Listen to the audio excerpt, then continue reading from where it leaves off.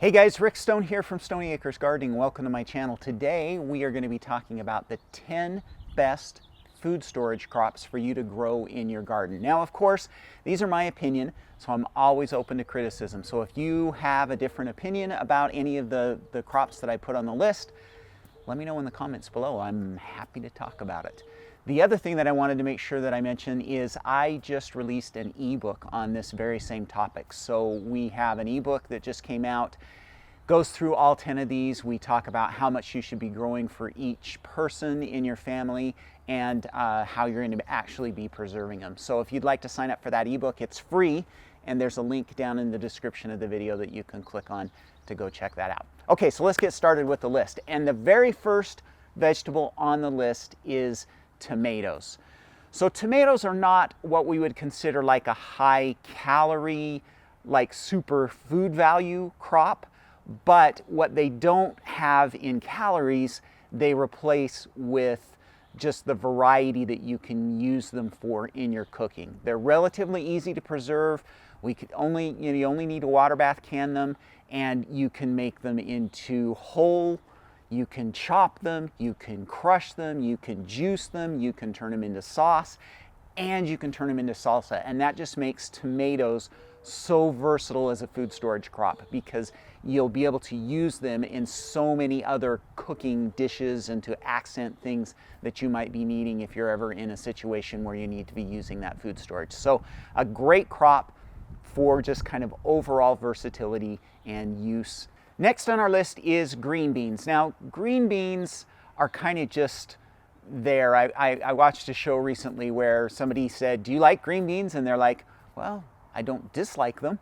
And so green beans are one of those foods that are good for you. They're nutritious. Nobody just absolutely loves them, but everybody likes them. And so they work out well. They're relatively easy to preserve, and they're very easy to grow. They can just sneak into all kinds of different places in your garden. We grow some in our flower beds up in the front. They're decorative. You can grow pole beans that will grow up trellises like this. You can grow bush beans that can just easily be tucked into little spaces in your garden. It's very easy to kind of just squeeze in green beans here and there throughout your garden and have a good productive crop. They're very productive. They're also very fast growing. So most green beans, especially like the bush beans, are ready in about 55 to 60 days. Pole beans a little bit longer, but they're very productive, very quick to grow. You can have multiple crops throughout the season. So a good, solid food storage crop to have in your rotation. Next on the list is potatoes, and I'm going to actually give you a bonus here because I'm going to say both regular potatoes, so our white potatoes, and sweet potatoes are both great food storage crops. Some people will disagree with me because they're so cheap to just buy at the store, but I think, number one, homegrown, both sweet potatoes and regular potatoes taste a ton better.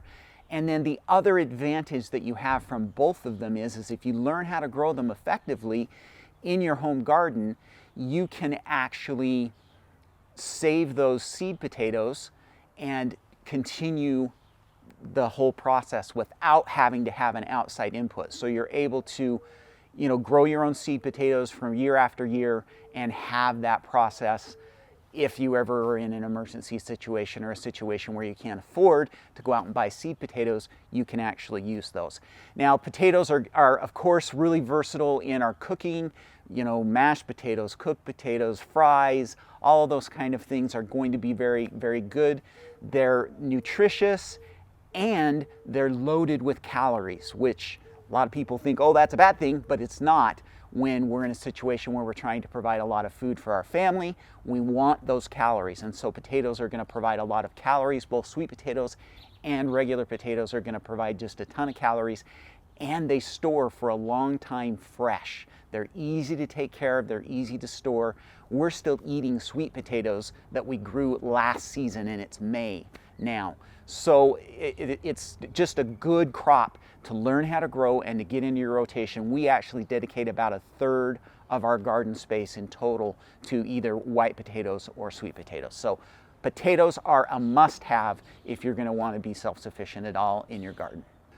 Number 4 on the list is winter squashes, and these are here just for, if no other reason than the variety that you can grow. There are just a ton of different types of winter squashes, all of which grow pretty similar and give you just a big broad variety. You've got your Hubbard squashes, you've got spaghetti squash, you've got butternut squashes, you've got banana squashes. They're very productive. Pumpkins, just all these different squashes that you can grow. Relatively easy to grow. You do have some pest problems with squash bugs and vine borers, but if you can keep those under control, they're very productive. You can grow them again on trellises, which will save you space. You don't have to worry about them sprawling and taking all that space in the garden. You can go up with them, and that can be very beneficial. Again, loaded with calories, very long storing. You can store squash fresh for 6+ months. Again, it's May and we're still eating spaghetti squash that we grew last season. So they're, again, just a great crop to have in your rotation and as part of your food storage regimen in your garden. Number 5, again, is kind of a bonus, and this is small fruits. So here I want you growing things like strawberries, raspberries, blackberries, blueberries. All of those are very, very nutritious, loaded with antioxidants, some of the best fruits and vegetables that you can actually be eating.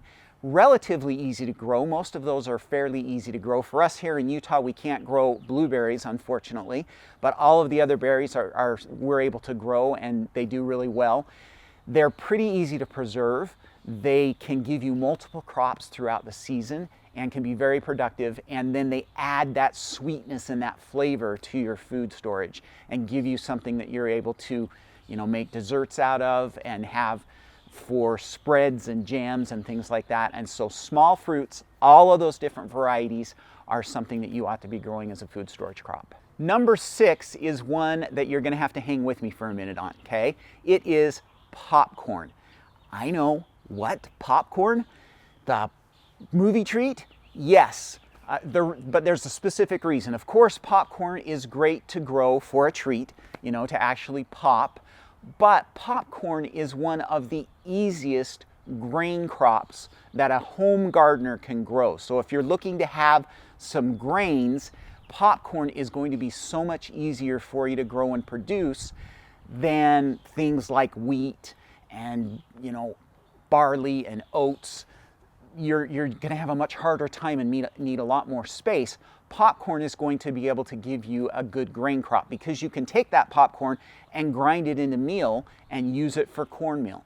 And so you can make tortillas out of it, you can make cornbreads out of it, and it's very versatile that way. So I like to have some popcorn growing. The other thing is surprisingly, it doesn't take up a ton of space. Popcorn grows really well using the hill method.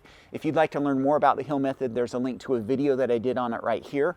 But you can actually group 8 or 10 plants really close together in about a 12 to 18 inch space, and they will produce really well in that space. And you don't need to have these big giant grids of corn like you might with sweet corn. And so popcorn is a great versatile crop, easy to store, easy to grow, great food storage crop. Onions are next on the list, and they are there for one reason only, and that is flavor. So onions are really easy to grow, relatively pest-free, and they give us flavor to our cooking. They're not high-calorie food. They do have some nutrients that are good for you, but we want to have some flavor in our food storage cooking, and so onions can do that. We can preserve them fairly easy. They store for a long time. If you grow the right varieties, you can actually get them to store for 8 or 9 months. I've even had onions last for 10 months under perfect conditions before. And so great crop to have just for the flavor, just to add some variety and some spice to our food. Onions are a great crop to grow, so make sure you get those in your food storage rotation. Next on our list is carrots. Carrots are on there because they are not only a good food storage crop, so you can can them, you can freeze them, you can even dry them, but they also are great fresh, and they're relatively tolerant to heat in most areas, and so you can actually have 2 or 3 crops throughout the year. You can have a spring crop, a summer crop, a fall crop, and that fall crop can even stretch into the winter time, and you can cover that with a cold frame, or you could cover it with straw or something like that, and you can actually have fresh carrots pretty much all year long if you want. And so carrots are just a great crop. Another one, lots of nutrition in them, lots of fiber, not a lot of calories, but another good variety crop that you can have in your food storage rotation. This one is probably going to be the most controversial of my 10 food storage crops, and that is beets. A lot of people don't love beets. I actually have acquired a taste for beets. When I was a kid, I hated them. My dad loved them. We had them all the time. I did not like beets. Now, I actually love beets. They're one of my favorite vegetables to have. I'll eat them just boil them or roast them and just eat them like that without even any seasoning. I love them that way. Beets are also very easy to preserve. You can pickle them, you can can them. They freeze well, and so a great option for your food storage. And they're really nutritious. They're really good for you. They're great for your heart health. They're great for blood pressure. So a really good food to have in your food storage rotation. And then last on the list is, again, a category of things that you can grow in your garden, and that is tree fruits. So here we're talking about things like apples, cherries, peaches, nectarines, pears. All of those tree fruits are really easy to preserve. They freeze well and they can well. They come loaded with calories, loaded with nutrients, and variety and sweetness. And so again, they will give you that variety to your garden. And so we love to have some tree fruits. We have just a small garden, and so we have 3 trees that we produce fruit on, a couple of apple trees and a peach tree. And love to have that mix because it gives us more variety in our food storage, that sweetness that we can make desserts out of or just eat as they are, canned or frozen. So tree fruits are another good option.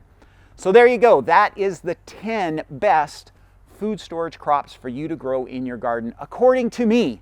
So do you disagree? Are there any of those that you don't like? Are there some that I missed? Let me know down in the comments below. And then again, if you are interested in learning more about these 10 fruits and vegetables that you can grow for food storage, I do have a free ebook, and there's a link down in the description of this video. We just released that free ebook this week. You can click on that, get signed up for it. You'll get the free ebook, and then on top of that, I have a little email sequence that goes out with about 5 or 6 emails that have growing guides to help you along your way with your food storage crops. So get signed up for that free ebook. All right, thanks guys for listening. Hopefully this was helpful to you. We'll talk to you next week. Happy gardening.